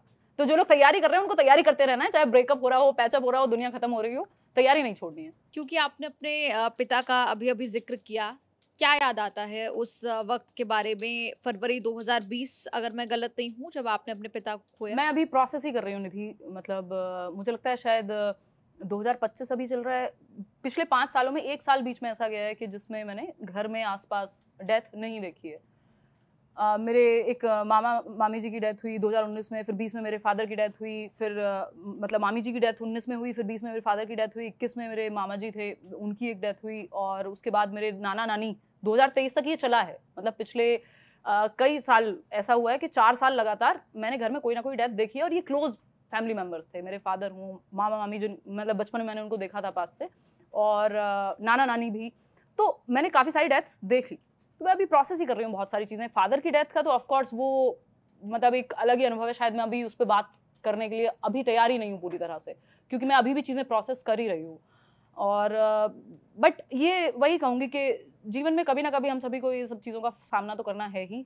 मतलब डेथ से तो हम नहीं भाग सकते, मतलब हमारे हाथ में नहीं है ये चीज़ें। और उसमें सिस्टम का बड़ा फेलियर था कि वो दिल्ली चुनाव में थे कार्यरत उस टाइम पे, और उनको सही टाइम पे फर्स्ट एड नहीं मिल पाया, 1.5 घंटे तक वो समय ख़राब हुआ, और एम्बुलेंस तक उनको ले जाने के लिए नहीं टाइम पे पहुंच पाई। तो वो सिस्टम का बहुत बड़ा फेलियर था, तो वो एक टीज़ तो है ही। बाकी तो मैं अभी प्रोसेस कर रही हूँ, समय लगेगा इस पर बात करने के लिए। हिमांशी, सवालों की दिशा थोड़ी बदलते हैं जैसे हम अंत की तरफ बढ़ रहे हैं। कुछ कुछ सवाल बहुत वायरल सवाल भी हैं जो आपसे लोग पूछते हैं, या हमारे कमेंट्स में भी आए जब हमने लोगों से पूछा कि हिमांशी मैम से आप क्या पूछना चाहते हैं। तो एक एक वीडियो जो मुझे नज़र आई आपकी ही, उसमें एक स्टूडेंट आपसे कह रहे हैं कि अपनी ऑडी उधार दे दीजिए। अच्छा, ये ऑडी लेने की कहानी क्या है? हाँ, तो खैर ये तो ऑडी लेने की कहानी ऐसा कुछ नहीं है, मैंने सोचा नहीं था। और मैं आज भी कुछ भी महंगा कुछ खरीदती हूँ तो मुझे लगता है कि मतलब क्यों ही मैं ले रही हूँ टाइप्स। और ऑडी लेने की कोई कहानी नहीं, मुझे एक गाड़ी लेनी थी। मैंने एक सेकेंड हैंड i10 ली थी, 2020 की ही बात है। और उसके बाद मुझे एक ठीक गाड़ी लेनी थी, वो कई बार बीच में बंद हो जाती थी, फिर धक्के वक्के लगाने पड़ते थे उसमें। तो मैंने सोचा एक ठीक गाड़ी ले लेते हैं यार। और पैसे थे, बट मैं थोड़ी कंजूस टाइप हूँ इस मामले में। वैसे कंजूस नहीं हूँ, बट मुझे लगता है कि दिखाने के लिए मैं कुछ नहीं कर सकती कि किसी को दिखाने के लिए मैं पैसा खर्च करूँ। तो मुझे लगा एक गाड़ी लेनी है, देखते हैं। तो मैंने 15 पूरी तरह आपकी कमाई से आपने ऑफ कोर्स बिल्कुल। और मतलब तो वो ये था कि कोई भी गाड़ी लेनी थी, 15 गाड़ियां मैंने टेस्ट ड्राइव की, और मुझे ड्राइविंग में बहुत इंटरेस्ट है, तो मुझे वो सबसे अच्छी लगी। अंत में मैं जा भी नहीं रही थी, मेरा एक फ्रेंड है वो, तो उसने कहा यार एक बार देख तो लेते ही हैं। तो मैंने ठीक है, तो वो पूरी तरह कमाई से भी ली, और दूसरा लोन ईश्वर की कृपा से किसी भी चीज़ पे अभी तक जरूरत नहीं पड़ी, और ना ही पड़े तो अच्छा है। एक बार पड़ी थी जब फर्स्ट घर हमने लिया था तब, बाकी तो मतलब सब अच्छा ही है जीवन। अच्छा, एक और वीडियो आपकी सोशल मीडिया पर नजर आई जिसमें आप दिखाई दे रही हैं, अभिनय सर, अभिनय मैथ्स जो हैं वो नजर आते हैं। वो कह रहे हैं कि हिमांशी को उनकी टक्कर का लड़का नहीं मिल रहा, ऐसा लड़का चाहिए जो झूठ ना बोलता हो। ये यही क्राइटेरिया है फिर आपका? हाँ, ये मेरे जीवन का एक मतलब बहुत बड़ा मूल्य है, वैल्यू। और फिर उन्होंने वीडियो में ये भी कहा कि ऐसा लड़का चाहिए जो झूठ ना बोलता हो, लेकिन ऐसा लड़का है कहाँ? हाँ, इमेजिनरी कैरेक्टर। तो हाँ, ये मेरा मूल्य है कि मैं अपने जीवन में भी मैं झूठ नहीं बोलती हूँ। और बचपन में मैंने कहानी सुनी थी वो युधिष्ठिर वाली, आपने भी सुनी ही होगी। तो मेरा उतना हो पाता है कि या तो मैं जवाब नहीं दूंगी किसी चीज़ पे, या फिर मैं कोई बात नहीं बताऊंगी, मतलब छिपा लूंगी या फिर नहीं जवाब दूंगी। बाकी मैं झूठ नहीं बोलती हूँ जीवन में, ये मेरा क्राइटेरिया है। और मुझे वो लोग बहुत खराब लगते हैं जो छोटी छोटी बात पे 2 मिनट में झूठ बोल देते हैं। मतलब मुझे लगता है कि ऐसा तो कुछ नहीं है जिसके लिए मुझे झूठ बोलना पड़े, तो वो है एक क्राइटेरिया। इसी से जुड़ा हुआ सवाल था। सवाल एक ये भी है कि शादी कब कर रही हैं आप? ये भी काफी कमेंट्स में नजर आया। हाँ, ये तो बहुत कॉमन सवाल है। और शादी, पता नहीं यार, शादी मेरी प्रायोरिटी कभी रही नहीं। मतलब मैं वो जीवन जी रही हूँ जो शायद मतलब मैंने एक बार एक पोस्ट डाल करके अपने स्टडी का, जहाँ पे मैं पढ़ाई करती हूँ, किताबें रहती हैं, ये लिखा भी था एक इंस्टा स्टोरी में कि कई बार अपना ही जीवन सपने जैसा लगता है। तो मैं वो जीवन जी रही हूँ जो मुझे बहुत पसंद है। मतलब शायद ड्रीम लाइफ इसको कह लीजिए आप। हालांकि इस तरह के शब्द थोड़े से मुझे ऐसे लगते हैं कि बिना मतलब हम बढ़ा चढ़ा करके बातें कर रहे हैं, बट बहुत अच्छा जीवन है जो मुझे जीना था, जिसमें फ्रीडम है, मैं अपनी तरह से चीज़ें कर सकती हूँ, सब कुछ मतलब बेस्ट लाइफ है। तो अब इसको कुछ बेहतर हो किसी के आने से, जीवन में खुशियाँ बेहतर बढ़े कुछ, तब तो फ़ायदा है, अदरवाइज तो क्यों ही। और जैसी चीज़ें हैं समाज में, अभी भी बहुत सारे परिवर्तन हैं जो थिंकिंग के लेवल पे चेंज होने की ज़रूरत है। तो मुश्किल है शादी करना, मेरा थोड़ा सा रेयर ही है। मैंने मम्मी को भी बोला हुआ है, अपनी बहन की शादी में बोल दिया था कि आप अपने बच्चों की शादी के अरमान दीदी की शादी में पूरे कर लो, क्योंकि मेरा भाई है, बहुत छोटा है, वो अभी 16-17 साल का है, तो वो आपके लाइफ टाइम में पता नहीं आप उसकी शादी देख पाओ ना देख पाओ। दीदी को करनी भी थी, अगर उनको नहीं करनी होती, ये उनका निर्णय होता तो मैं बिल्कुल सपोर्ट करती। तो उनको करनी थी, तो मैंने कहा सारी खुशियाँ, अब मेरा कोई भरोसा नहीं, मुझे कोई समझ आएगा, सही इंसान लगा कभी तो करेंगे, और नहीं लगा तो नहीं करेंगे। इसका मतलब ये बिल्कुल नहीं है कि मैं बहुत ही डिवोटेड इंसान हूँ, मतलब अपने रिश्तों में, अपने दोस्तों में भी, कि रिश्तों की वैल्यू है मुझे बहुत ज़्यादा। इसका मतलब ये नहीं है कि मैं सीरियस नहीं लेती हूँ या मुझे कोई दिक्कत है, बट हाँ, जिस तरह से मैं सोचती हूँ कम लोग सोचते हैं उस तरह से, ऐसा मुझे लगता है। तो मुश्किल काम तो है ही कोई व्यक्ति ढूंढना। मुश्किल सवाल भी है अगला जो मैं पूछ रही हूँ, अक्सर लोग टाल जाते हैं। यूट्यूब इनकम कितनी है आप? अच्छा खाना खा पाते हैं, घूम पाते हैं, दाल कहीं रोटी। किसी की मदद करनी हो वो कर पाते हैं। दाल रोटी? हाँ जी, दाल रोटी सिर्फ? नहीं, पनीर वनीर सब मिल जाता है। और ऑडी तो भी? ऑडी भी मिल जाती है। अब तो मतलब बहुत सारी चीज़ें लेनी ही नहीं है, इसलिए भी कह सकते हैं कि ठीक है, मतलब सामान से ज़्यादा सुकून मिलता है वो काम करके। अच्छा, ऐसे ही विषयों पर या अलग विषयों पर जब ऑनलाइन ट्रोलिंग होती है, आलोचना होती है, उस पर आपका क्या टेक रहता है? देखिए, उसमें 2 ही चीज़ें हैं। अगर वो एक कंस्ट्रक्टिव क्रिटिसिज्म है, यानी उसमें कोई बात है जिसको आपको सुधार लेनी चाहिए अपने अंदर, तो वो आप उसको बिल्कुल दोनों हाथों से लेकर के ओपनली और उसको एक्सेप्ट करो और चेंज कर दो। अगर वो कंस्ट्रक्टिव क्रिटिसिज्म है, एक ऐसी आलोचना है जो जिसमें कोई दम है, जो सही है। अगर वो ट्रोलिंग है, जब आप बात ट्रोलिंग की करते हैं तो उसमें लॉजिक नहीं होता, ट्रोलिंग तो ट्रोलिंग ही है। फिर अगर आपको किसी का सिर्फ मजाक उड़ाना है किसी भी मुद्दे पे, तो फिर उसका तो कोई जवाब क्या ही देना है। उसको कई बार मन करे तो जवाब दे दो, ना करे तो इग्नोर ही करो, यही है। अच्छा, मैं आपके मन से ये बात मैं ज़रूर कहना चाहूँगी, क्योंकि शिक्षक भर्तियों पे हम ज़्यादा बात नहीं कर पाए, कि इस चीज़ को लेकर के जैसे बीएड में एनसीटीई ने 2018 में कहा था कि बीएड वालों को सवाल है, थैंक गॉड। मुझे लगा कि मेन है। मुद्दा तो रह जाएगा, मेरे लर्नर्स नाराज हो जाएंगे। जी, नाराज नहीं करेंगे। यही सवाल है, अनी मिश्रा नाम की एक यूजर है, उन्होंने ये सवाल पूछा कि जूनियर टीचर 6 to 8 की वैकेंसी यूपी में दे जैसे बीपीएससी वाले देते हैं। रिक्वेस्ट आपसे वो करना चाहती हैं कि बीएड वालों के लिए आवाज़ उठाइए। वो बच्चे जो एनसीटीई के रूल के अकॉर्डिंग यहाँ सोच के बीएड कर लेते हैं कि ये सोच के बीएड कर लेते हैं कि वो प्राइमरी के टीचर बन जाएंगे। शायद आप ही से जुड़ा सवाल है जो बात आप भी कह रही थी। बिल्कुल, तो ये बात एकदम सही कहा है उन्होंने। क्या नाम है उनका? अनी मिश्रा। अनी मिश्रा। तो अनी एकदम सही सवाल पूछ रही हैं कि जैसे अदर स्टेट्स में है कि वैकेंसी आ रही है, बीपीएससी में अब पिछले कुछ टाइम से वैकेंसीज आ रही हैं, मैं तो कहूँगी उनको भी हर साल निकालनी चाहिए। ऐसा नहीं है 5 साल गायब और फिर एक साथ 3 लाख दे दो। तो उत्तर प्रदेश में भी बिल्कुल भर्ती आनी चाहिए प्राथमिक स्तर की, और जो कि 7 साल से नहीं आई है, लगभग 7 साल हो जाएंगे इस साल के। प्राथमिक स्तर पे कोई भर्ती नहीं है, स्कूल बंद हो रहे हैं, मर्ज हो रहे हैं। ऐसा तो है नहीं कि बच्चे पढ़ नहीं रहे हैं या हमारी आबादी कोई कम हो रही है, ऐसा तो है नहीं कि टीचर्स रिटायर नहीं हो रहे हैं। तो वो जो काम सरकार चाहती है कि एडहॉक वाले टीचर्स से चल जाए, तो वो उसको प्रॉपर आप परमानेंट में वैकेंसी निकालिए, क्योंकि शिक्षा की गुणवत्ता फिर हम कैसे बेहतर कर पाएंगे अगर हम ठीक से शिक्षकों की ही भर्ती सुचारू रूप से नहीं करेंगे। और दूसरी बात रही बीएड की, तो एनसीटीई ने 28 जून 2018 को, अगर मैं सही हूँ, तो एक फैसला दिया कि प्राइमरी में बीएड वालों को भी आप शामिल कर दीजिए। यानी 1st to 5th के टीचर के लिए बीएड जो व्यक्ति करता है वो भी एलिजिबल होगा, और जरूरत पड़ेगी तो एक ब्रिज कोर्स करा लेंगे, क्योंकि बीएड करने वालों की संख्या ज़्यादा है डीएलएड करने वालों से या डिप्लोमा होल्डर्स से। और देश में शिक्षकों की कमी है, तो इसलिए आप बीएड वालों को प्राइमरी में शामिल कर लीजिए। 2018 से ऑलमोस्ट 2023-24 तक ये चीज चलती है कि हाँ बीएड करने लग गए बहुत सारे लोग। मेरे खुद के 1-2 रिलेटिव्स हैं, लर्नर्स हैं कितने, जिन्होंने बीएड यही सोच के किया, जिनका सब्जेक्ट कॉम्बिनेशन भी नहीं बनता था। ग्रेजुएशन में उनका, मान लो किसी ने बीटेक किया था, अब वो सरकारी स्कूल में एसएसटी तो नहीं पढ़ा सकता, या बीटेक का तो ऐसा कोई सब्जेक्ट नहीं हो सकता, किसी ने बायोटेक्नोलॉजी में किया हो तो वो कंप्यूटर का शिक्षक भी नहीं बन सकता। तो उन्होंने बीएड ये सोच करके किया कि हम प्राइमरी में तो टीचर बन ही जाएंगे, क्योंकि अब एनसीटीई ने कह दिया है। अब वो 2-2 साल लगा करके उन्होंने बीएड किया, प्रोफेशनल डिग्री है, पैसा खर्च होता है, नॉर्मल ग्रेजुएशन से कहीं ज्यादा पैसा लग जाता है। तो उन लोगों ने अपनी जिम्मेदारियां निभाते हो, कितनी सारी तो फीमेल्स ही हैं इसमें, टीचिंग में तो ज्यादातर फीमेल्स हैं। फिर हम एक तरफ कहते हैं कि बेटी बचाओ बेटी पढ़ाओ, जिनको एम्पावर करने के लिए ये पूरा सेक्शन है जिसको इतना इग्नोर किया जा रहा है, जहां फीमेल जो कैंडिडेट्स हैं उनकी संख्या इतनी ज्यादा है, तो उन्होंने बीएड किया ये सोच करके कि प्राइमरी में हमें नौकरी मिलेगी।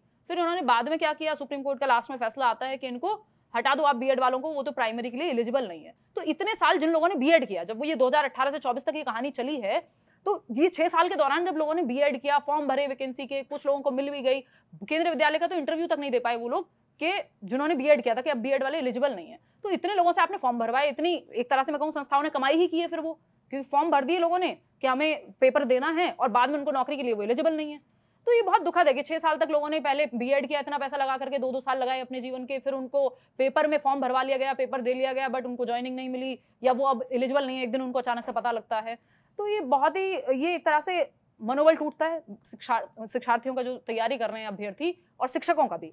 तो दोनों के लिए ये बहुत खराब चीज़ है कि इसका संज्ञान लिया जाना चाहिए था, और अगर ये होना ही था तो टाइमली इस चीज़ को बताया जाना चाहिए था, 6 साल नहीं लगाने। जी, जब हम रोजगार और भर्तियों की बात करते हैं, तो क्या आप मौजूदा सरकार से इस मामले में खुश हैं, सेटिस्फाइड हैं? जिस तरह रोजगार और भर्तियों को लेकर हम आंदोलन भी बहुत देखते हैं, लेकिन आप खुश हैं? नहीं कि मौजूदा सरकार की आप बात कर रहे हैं के काम से, रोजगार के विषय पर? देखिए, मैं तो इस चीज़ में ये कहूँगी कि आप कोई भी स्टेट उठाते हैं जब, तो हर जगह सरकार कोई भी हो, समस्याएं बराबर सी ही लगती हैं कि प्रॉपर कैलेंडर कहीं जारी नहीं हो रहा। अभी मैं दिल्ली की बात कर लूँ तो 2018 में एक भर्ती आई थी, फिर उसका पेपर आज तक हुआ नहीं है, फिर अब कह रहे हैं कि नहीं अब कराएंगे हम। पिछले साल चुनाव आ गए बीच में तो उसको साइड कर दिया गया। बिहार की स्थिति में आपको बता ही रही हूँ कि कितने सालों साल वैकेंसी नहीं आई। मध्य प्रदेश में हालत यही है, 7-7 साल में एक बार पेपर होता है शिक्षक भर्ती का। और अगर मैं, या अलग अलग भर्तियों में समस्याएं तो हैं, कांस्टेंट हैं, वो यूपी में आप देख ही रहे हैं 7 साल से भर्ती नहीं है।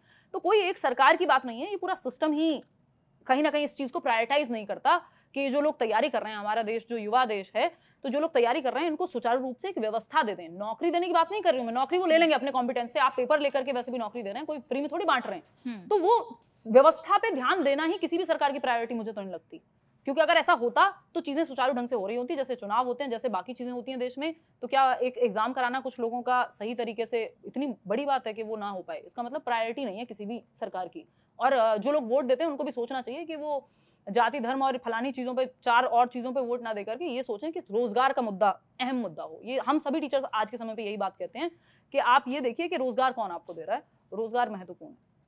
जी, और कई लोगों ने ये भी कहा कमेंट्स में कि हिमांशी मैम चुनाव लड़ लीजिए। ये तो काफ़ी, मैं मतलब शायद आपके थ्रू पहली बार सुन रही हूँ, और जो लोग मुझे जानते हैं वो ये भी जानते हैं कि मेरी स्वभाव में नहीं, मेरे स्वभाव में नहीं है ये काम। सीधे साधे लोगों का है ही नहीं कि जो लोग जो एक बात कहते हों और वही करते हों, तो जिनकी कथनी और करनी सेम होती है वो पॉलिटिक्स में एग्जिस्ट कर पाए, मुझे तो नहीं लगता अभी तक का सिस्टम देख करके। तो मेरी तो कोई जगह वहाँ दूर दूर तक नहीं है। अच्छा, ये मेरा सवाल है, या मतलब एक मासूम सा चेहरा और आक्रामक तेवर, क्योंकि उस दौरान हम फील्ड पर मौजूद थे तो इसीलिए आप अलग से नजर आ रही थी, एकदम आक्रामकता के साथ अपनी बात की थी, ये सब कहाँ से आता है? ये शिक्षकों के परिवार में जन्म लिया है, आसपास सब शिक्षक ही रहे। मेरे नाना जी, मेरी नानी, जिन लोगों की स्टोरी टेलिंग बड़ी अच्छी थी, मतलब कहानियाँ सुनाते थे, अपनी बात रखते थे, तो वो फैमिली का उसमें बहुत बड़ा रोल है कि मैंने आसपास जो है ये सीखा है एक तरह से, या वो नेचुरल है, वो जेनेटिक है बहुत हद तक। मेरा इवन जिस तरह से, जिस स्पीड पे कई बार लोग बोलते हैं कि मैम थोड़ा स्लो बोल लो, तो वो मेरा जो पेस है वो इतना फास्ट है, वो भी मेरी मदर से ही आता है, वो जेनेटिक ही है कुछ हद तक। तो बाकी तो जो व्यक्ति सोचता है थोड़ा, तो वो अपने विचार भी रख पाता है। और उस दिन की बात तो ये तो मैंने भी देखा, आपको भी कई लोगों ने ट्रोल किया है या उस चीज़ पे मजाक उड़ाया है कि आप नाम पूछ रही हैं इनसे। वो मुझे बहुत लोगों ने टैग किया, वो जो रील था या वीडियो था, मैंने उसको शेयर नहीं किया, क्योंकि ये ज़रूरी नहीं है कि सबको हर चीज़ का पता हो, मुझे भी सारी चीज़ें नहीं पता होंगी। और क्योंकि वो एसएससी का मुद्दा चल रहा था उस दिन, तो आपको मतलब मैं टीचिंग के लिए पढ़ाती हूँ, तो हो सकता है बहुत बार बहुत चीज़ें हमें नहीं पता होती। और अच्छा, वो इसलिए भी कई बार लोगों को लगा होगा क्योंकि मैं थोड़े आक्रामक तेवर में थी, या मैं थोड़ा सा ज़्यादा सख्ती से अपनी बात कह रही थी, क्योंकि वो गुस्सा संस्था पे था कि वो टीचर्स को जो उठा करके लेकर के गए थे, या बच्चे जो वहाँ परेशान हो रहे थे, टीचर्स वहाँ परेशान थे। तो मैं, आपने जब बीच में पूछा, जब मैं मुद्दा बता रही थी कि उत्तर प्रदेश में 7 साल से भर्ती नहीं आई, आपका नाम, तो वो क्योंकि मैं इसलिए वहाँ पे रुक के और थोड़ा आक्रामक, क्योंकि मैं मुद्दे पे थी, और वो मुझे बीच में इंट्रोडक्शन देने में, मुझे जीवन में कहीं भी कोई दिक्कत नहीं है, मुझे अपना नाम बताने में क्या समस्या होगी। तो वो, क्योंकि वो मेरे लिए एक्स्ट्रा इन्फॉर्मेशन थी कि मुझे फटाक से बता के वो आगे बढ़ना था, मुद्दे पे आना था। और आपकी स्पीड वैसे ही ज्यादा तेज तो मेरी स्पीड ऑलरेडी तेज है, और क्योंकि मैं गुस्से में तो थी ही कि टीचर्स को उठा करके लेके गए और ये गलत चीज है और ये वो, तो मैं मुद्दे पे बात कर रही थी। और शिक्षक भर्ती नहीं आई, और कोई जाता भी नहीं है, पत्रकार भी नहीं जाते हैं वहाँ, जब हम प्रयागराज जाते हैं उनको फुर्सत नहीं होती, तो वो मैं मुद्दे पे थी। वो बीच में एक इन्फॉर्मेशन आई, तो मैंने फटाक से उसी टोन में वो बात कह दी। तो उसमें आपका कोई दोष नहीं है ना, मेरा कोई ऐसी कोई इच्छा थी कि आपको ऑफेंड करूं या गुस्सा करूं। जी, मंच पर आपका आज का अनुभव कैसा रहा? बहुत अच्छा लगा। आपका पूरी टीम जो है इतनी वार्म है, आप लोगों ने इतने अच्छे से जो है सवाल पूछे हैं, प्रॉपर हम चर्चा कर पाए, अच्छा अनुभव रहा। बहुत बहुत शुक्रिया। अच्छा काम कर रहे हैं आप लोग, ऐसे ही छात्रों के मुद्दों को उठाइए, शिक्षक भर्तियों पे भी बात कीजिए, एसएससी पे भी बात कीजिए, जहाँ जहाँ समस्याएं हैं। मीडिया बात नहीं करेगा तो कौन करेगा? बात तो पहुंचनी चाहिए ना कंसर्न्ड अथॉरिटीज तक। जी, बहुत बहुत शुक्रिया हिमांशु। आप सभी का भी धन्यवाद। Thank you so much.